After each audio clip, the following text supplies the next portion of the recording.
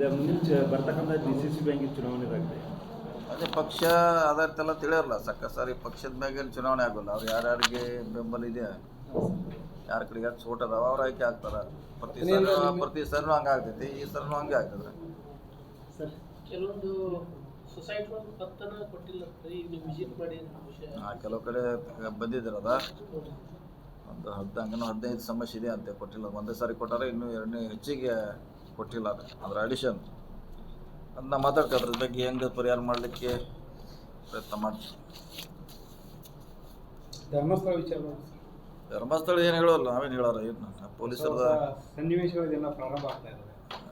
BJP ಮಾಡ್ತಾರೆ. ಅದು ನ್ಯಾಯಾಲಯ ಪೊಲೀಸರ ಮಧ್ಯೆ ಇರುವಂಥ ಕೇಸ್, ನಮ್ಮ ಕಡೆ ಏನಿಲ್ಲ. ಅದು ನ್ಯಾಯಾಲಯ ಆದೇಶ ಮಾಡಿದೆ, ತನಿಖೆ ಮಾಡ್ತಿದ್ದಾರೆ. ವರದಿ ಮತ್ತೆ ಅವರು ನ್ಯಾಯಾಲಯಕ್ಕೆ ಕೊಡಬೇಕು ಅಷ್ಟೇ. ಒಂದು ಕಡೆ ಮೇಲ್ನೋಟಿಗೆ ಅಪಪ್ರಚಾರ ಮಾಡ್ತಾ ಇದ್ದಾರೆ ಅಂತ. ಅದೇ ಖಂಡಿತ ಅದೇನು ಹೊಸದೇನಲ್ಲ, ಅದು ಇದ್ದೇ ಇರ್ತೈತಿ.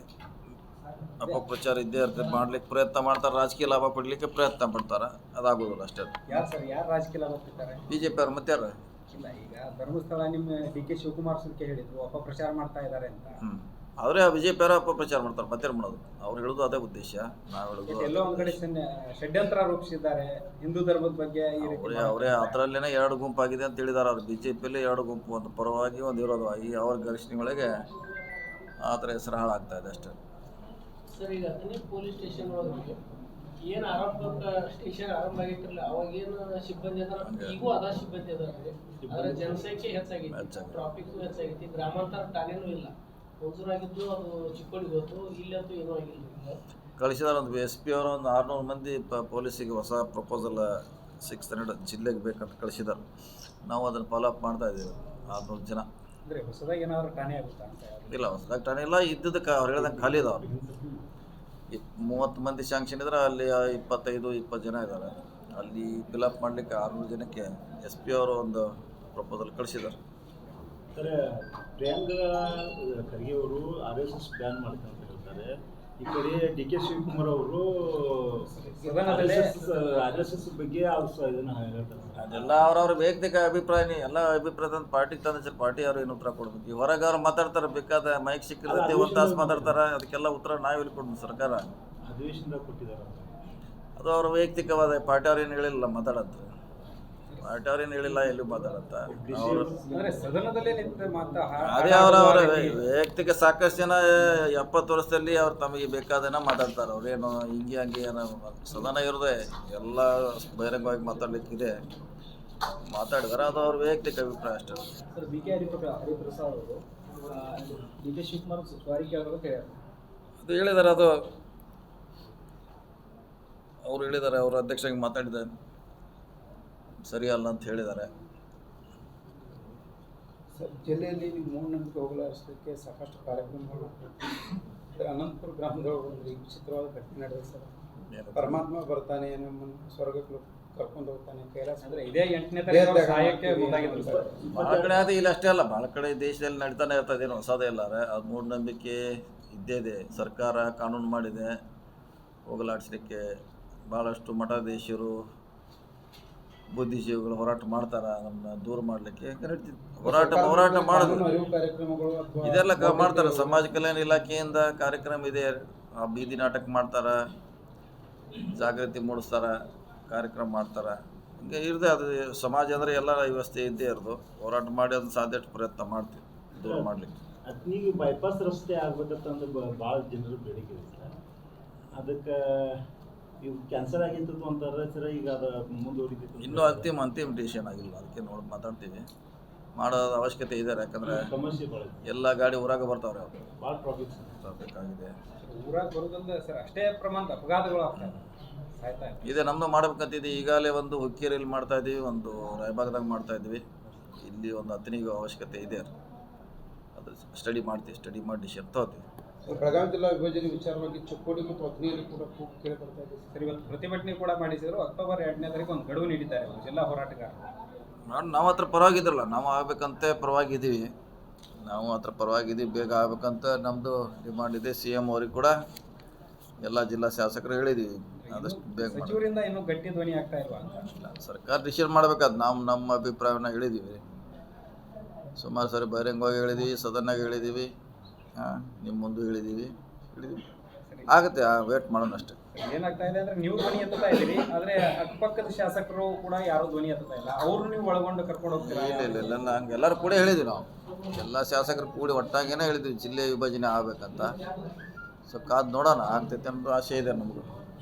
ಚುನಾವಣೆ ಪೂರ್ವದಲ್ಲಿ ಸಿಎಂ ಕೂಡ ಹೇಳಿದ್ರು ನಾವು ಚಿಕ್ಕೋಡಿ ಜಿಲ್ಲಾ ಮಾಡ್ತೀವಿ ಅಂತ. ಇದ್ದೇ ಎಲ್ಲರಿಗೂ ಇದೆ ಅದು ನೋಡಿ, ಸರ್ಕಾರ ಅದಕ್ಕೆ ಡಿಸಿಷನ್ ತಗೊಳ್ಳಿ. ಇದು ಮುಂದೆ ಬರ್ತಕ್ಕಂಥ DCC ಬ್ಯಾಂಕಿನ ಚುನಾವಣೆ ಆಗಿದೆ. ಅದೇ ಪಕ್ಷ ಆಧಾರಿತೆಲ್ಲ ತಿಳಿಯಲ್ಲ, ಸಾರಿ ಪಕ್ಷದ ಮ್ಯಾಗೆ ಚುನಾವಣೆ ಆಗೋಲ್ಲ. ಅವ್ರು ಯಾರ್ಯಾರಿಗೆ ಬೆಂಬಲ ಇದೆ, ಯಾರ ಕಡೆಗೆ ಸೋಟ್ ಅದಾವ ಅವ್ರು ಆಯ್ಕೆ ಆಗ್ತಾರೆ. ಪ್ರತಿ ಸರ್ನು ಹಂಗೆ ಆಗ್ತೈತಿ, ಈ ಸರ್ನು ಹಂಗೆ ಆಗ್ತದೆ. ಸರ್ ಕೆಲವೊಂದು ಸೊಸೈಟಿ ಪತ್ತನ ಕೊಟ್ಟಿಲ್ಲ, ಈಗ ನೀವು ವಿಸಿಟ್ ಮಾಡಿ ಕೆಲವು ಕಡೆ ಬಂದಿದ್ದೀರದ ಒಂದು 15 ಸಮಸ್ಯೆ ಇದೆ ಅಂತ ಕೊಟ್ಟಿಲ್ಲ. ಒಂದೇ ಸಾರಿ ಕೊಟ್ಟಾರೆ, ಇನ್ನೂ ಎರಡನೇ ಹೆಚ್ಚಿಗೆ ಕೊಟ್ಟಿಲ್ಲ.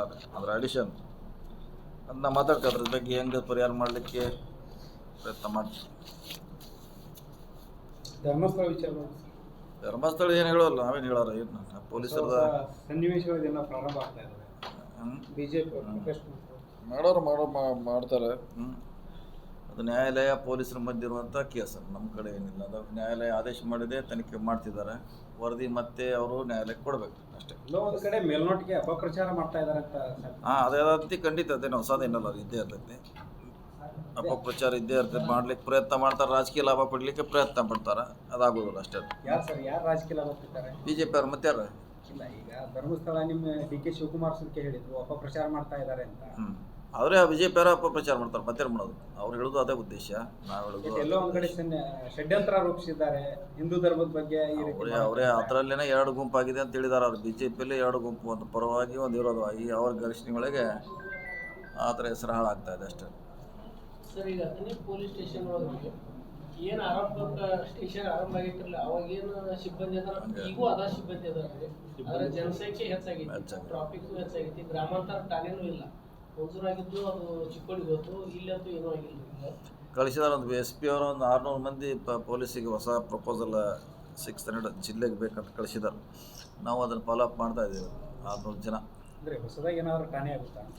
ಇಲ್ಲ, ಹೊಸದಾಗಿ ಠಾಣೆ ಇಲ್ಲ. ಇದ್ದದಕ್ಕೆ ಅವ್ರು ಹೇಳ್ದಂಗೆ ಖಾಲಿ ಇದಾವೆ. 30 ಮಂದಿ ಶಾಂಕ್ಷನ್ ಇದ್ರೆ ಅಲ್ಲಿ 25-20 ಜನ ಇದ್ದಾರೆ. ಅಲ್ಲಿ ಫಿಲಪ್ ಮಾಡಲಿಕ್ಕೆ 600 ಜನಕ್ಕೆ SP ಅವರು ಒಂದು ಪ್ರಪೋಸಲ್ ಕಳಿಸಿದ್ದಾರೆ. ಸರ್, ಪ್ರಿಯಾಂಕಾ ಖರ್ಗೆ ಅವರು RSS ಬ್ಯಾನ್ ಮಾಡ್ತಾರೆ ಅಂತ ಹೇಳ್ತಾರೆ. ಈ ಕಡೆ DK ಶಿವಕುಮಾರ್ ಅವರು RSS ಬಗ್ಗೆ ಇದನ್ನು ಹೇಳ್ತಾರೆ. ಅದೆಲ್ಲ ಅವ್ರವ್ರ ವೈಯಕ್ತಿಕ ಅಭಿಪ್ರಾಯನೇ. ಎಲ್ಲ ಅಭಿಪ್ರಾಯ ಪಾರ್ಟಿಗೆ ತಂದ ಪಾರ್ಟಿ ಅವ್ರು ಏನು ಉತ್ತರ ಕೊಡ್ಬೇಕು. ಈ ಹೊರಗೆ ಅವ್ರು ಮಾತಾಡ್ತಾರೆ, ಬೇಕಾದ ಮೈಕ್ ಸಿಕ್ಕಿರ್ತೈತಿ, 1 ತಾಸು ಮಾತಾಡ್ತಾರೆ. ಅದಕ್ಕೆಲ್ಲ ಉತ್ತರ ನಾವೆಲ್ಲಿ ಕೊಡ್ಬೇಕು? ಸರ್ಕಾರ ಅಧಿವೇಶನದಾಗ ಕೊಟ್ಟಿದ್ದಾರೆ. ಅದು ಅವ್ರ ವೈಯಕ್ತಿಕವಾದ. ಪಾರ್ಟಿ ಅವ್ರು ಏನು ಹೇಳಿಲ್ಲ ಮಾತಾಡಂತ. ಪಾರ್ಟಿ ಅವ್ರು ಏನು ಹೇಳಿಲ್ಲ, ಎಲ್ಲಿ ಮಾತಾಡಂತ. ಅದೇ ಅವರವರ ವೈಯಕ್ತಿಕ. ಸಾಕಷ್ಟು ಜನ 70 ವರ್ಷದಲ್ಲಿ ಅವ್ರು ತಮಗೆ ಬೇಕಾದನ್ನ ಮಾತಾಡ್ತಾರೆ. ಅವ್ರೇನು ಹಿಂಗೆ ಹಂಗೆ ಏನೋ ಸದನ ಇರೋದೆ ಎಲ್ಲ ಬಹಿರಂಗವಾಗಿ ಮಾತಾಡ್ಲಿಕ್ಕಿದೆ, ಮಾತಾಡಿದಾರೆ. ಅದು ಅವ್ರ ವೈಯಕ್ತಿಕ ಅಭಿಪ್ರಾಯ ಅಷ್ಟೇ. ಸರ್, BK ಹರಿಪ್ರಸಾದ್ ಅವರು DK ಶಿವಕುಮಾರ್ ಸ್ವಾರಿ ಕೇಳಬೇಕು ಅದು ಹೇಳಿದ್ದಾರೆ. ಅದು ಅವ್ರು ಹೇಳಿದ್ದಾರೆ, ಅವ್ರ ಅಧ್ಯಕ್ಷರಿಗೆ ಮಾತಾಡಿದ್ದಾರೆ, ಸರಿಯಲ್ಲ ಅಂತ ಹೇಳಿದ್ದಾರೆ.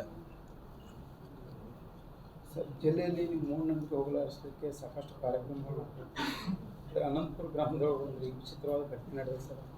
ಪರಮಾತ್ಮ ಬರ್ತಾನೆ, ನಮ್ಮನ್ನು ಸ್ವರ್ಗಕ್ಕೆ ಕರ್ಕೊಂಡು ಹೋಗ್ತಾನೆ, ಕೈಲಾಸ. ಅಂದರೆ ಇದೇ 8ನೇ ಸಹಾಯಕ್ಕೆ ಮುಂದಾಗಿದ್ರು ಸರ್. ಭಾಳ ಕಡೆ ಅದು ಇಲ್ಲಿ ಅಷ್ಟೇ ಅಲ್ಲ, ಭಾಳ ಕಡೆ ದೇಶದಲ್ಲಿ ನಡೀತಾನೆ ಇರ್ತದೆ, ಏನು ಹೊಸದೇ ಇಲ್ಲಾರೆ. ಅದು ಮೂಢನಂಬಿಕೆ ಇದ್ದೇ ಇದೆ. ಸರ್ಕಾರ ಕಾನೂನು ಮಾಡಿದೆ ಹೋಗಲಾಡಿಸ್ಲಿಕ್ಕೆ. ಭಾಳಷ್ಟು ಮಠಾಧೀಶರು, ಬುದ್ಧಿಜೀವಿಗಳು ಹೋರಾಟ ಮಾಡ್ತಾರೆ ಅದನ್ನು ದೂರ ಮಾಡಲಿಕ್ಕೆ. ಹೋರಾಟ ಮಾಡೋದು ಇದೆಲ್ಲ ಮಾಡ್ತಾರೆ. ಸಮಾಜ ಕಲ್ಯಾಣ ಇಲಾಖೆಯಿಂದ ಕಾರ್ಯಕ್ರಮ ಇದೆ, ಬೀದಿ ನಾಟಕ ಮಾಡ್ತಾರೆ, ಜಾಗೃತಿ ಮೂಡಿಸ್ತಾರೆ, ಕಾರ್ಯಕ್ರಮ ಮಾಡ್ತಾರೆ. ಹಿಂಗೆ ಇರದೆ ಅದು ಸಮಾಜ ಅಂದರೆ ಎಲ್ಲ ವ್ಯವಸ್ಥೆ ಇದ್ದೇ ಇರೋದು. ಹೋರಾಟ ಮಾಡಿ ಅದನ್ನು ಸಾಧ್ಯಷ್ಟು ಪ್ರಯತ್ನ ಮಾಡ್ತೀವಿ ದೂರ ಮಾಡಲಿಕ್ಕೆ. ಅಥಣಿಗೆ ಬೈಪಾಸ್ ರಸ್ತೆ ಆಗ್ಬೇಕಂತ ಭಾಳ ಜನರು ಬೇಡಿಕೆ ಇದೆ ಸರ್. ಅದಕ್ಕೆ ಇವು ಕ್ಯಾನ್ಸಲ್ ಆಗಿತ್ತು ಅಂತಾರೆ ಸರ್. ಈಗ ಅದು ಮುಂದುವರಿತೈತೆ. ಇನ್ನೂ ಅಂತಿಮ ಡಿಸಿಷನ್ ಆಗಿಲ್ಲ, ಅದಕ್ಕೆ ನೋಡಿ ಮಾತಾಡ್ತೀವಿ.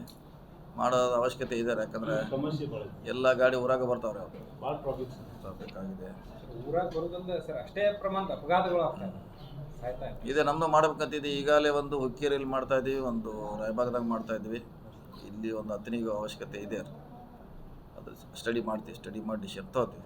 ಬೆಳಗಾವಿ ಜಿಲ್ಲಾ ವಿಭಜನೆ ವಿಚಾರವಾಗಿ ಚಿಕ್ಕೋಡಿ ಮತ್ತು ಹೊತ್ತನೆಯಲ್ಲಿ ಕೂಡ ಕೂಗು ಕೇಳಿ ಬರ್ತಾ ಇದೆ. ಸರ್, ಇವತ್ತು ಪ್ರತಿಭಟನೆ ಕೂಡ ಮಾಡಿಸಿದ್ರು. ಅಕ್ಟೋಬರ್ 2ನೇ ತಾರೀಕು ಒಂದು ಗಡುವು ನೀಡಿದ್ದಾರೆ ಅವರು ಜಿಲ್ಲಾ ಹೋರಾಟಗಾರರು. ನಾವು ಹತ್ರ ಪರವಾಗಿದ್ರಲ್ಲ, ನಾವು ಆಗ್ಬೇಕಂತೆ ಪರವಾಗಿದ್ದೀವಿ, ನಾವು ಹತ್ರ ಪರವಾಗಿದ್ದೀವಿ, ಬೇಗ ಆಗ್ಬೇಕಂತ ನಮ್ಮದು ಡಿಮಾಂಡ್ ಇದೆ. CM ಅವ್ರಿಗೆ ಕೂಡ ಎಲ್ಲ ಜಿಲ್ಲಾ ಶಾಸಕರು ಹೇಳಿದ್ದೀವಿ, ಆದಷ್ಟು ಬೇಗ ಮಾಡಿ. ಸಚಿವರಿಂದ ಇನ್ನೂ ಗಟ್ಟಿ ಧ್ವನಿ ಆಗ್ತಾ ಇಲ್ವಾ ಅಂತ? ಸರ್ಕಾರ ಡಿಸಿಷನ್ ಮಾಡಬೇಕಾದ್ ನಾವು ನಮ್ಮ ಅಭಿಪ್ರಾಯನ ಹೇಳಿದ್ದೀವಿ, ಸುಮಾರು ಸಾರಿ ಬಹಿರಂಗವಾಗಿ ಹೇಳಿದ್ದೀವಿ, ಸದನಾಗ ಹೇಳಿದ್ದೀವಿ, ನಿಮ್ಮ ಮುಂದೆ ಹೇಳಿದ್ದೀವಿ. ಆಗುತ್ತೆ, ವೇಟ್ ಮಾಡೋಣ ಅಷ್ಟೇ. ಏನಾಗ್ತಾ ಇದೆ ಅಂದ್ರೆ ನೀವು ಧ್ವನಿ ಎತ್ತುತ್ತಾ ಇದ್ದೀರಿ, ಆದರೆ ಅಕ್ಕಪಕ್ಕದ ಶಾಸಕರು ಕೂಡ ಯಾರೂ ಧ್ವನಿ ಎತ್ತುತ್ತಾ ಇಲ್ಲ. ಅವ್ರು ನೀವು ಒಳಗೊಂಡು ಕರ್ಕೊಂಡು ಹೋಗ್ತೀರಾ? ಇಲ್ಲ ಹಂಗೆ ಎಲ್ಲರೂ ಕೂಡ ಹೇಳಿದ್ವಿ, ನಾವು ಎಲ್ಲ ಶಾಸಕರು ಕೂಡಿ ಒಟ್ಟಾಗೇನೆ ಹೇಳಿದ್ವಿ ಜಿಲ್ಲೆ ವಿಭಜನೆ ಆಗ್ಬೇಕಂತ. ಸೊ ಕಾದು ನೋಡೋಣ, ಆಗ್ತೈತೆ ಅನ್ನೋದು ಆಸೆ ಇದೆ ನಮಗೂ. ಚುನಾವಣೆ ಪೂರ್ವದಲ್ಲಿ CM ಕೂಡ ಹೇಳಿದ್ರು ನಾವು ಚಿಕ್ಕೋಡಿ ಜಿಲ್ಲಾ ಮಾಡ್ತೀವಿ ಅಂತ. ಇದ್ದೇ ಎಲ್ಲರಿಗೂ ಇದೆ, ಅದು ನೋಡಿ ಸರ್ಕಾರ ಅದಕ್ಕೆ ಡಿಸಿಷನ್ ತಗೊಳ್ಳಿ.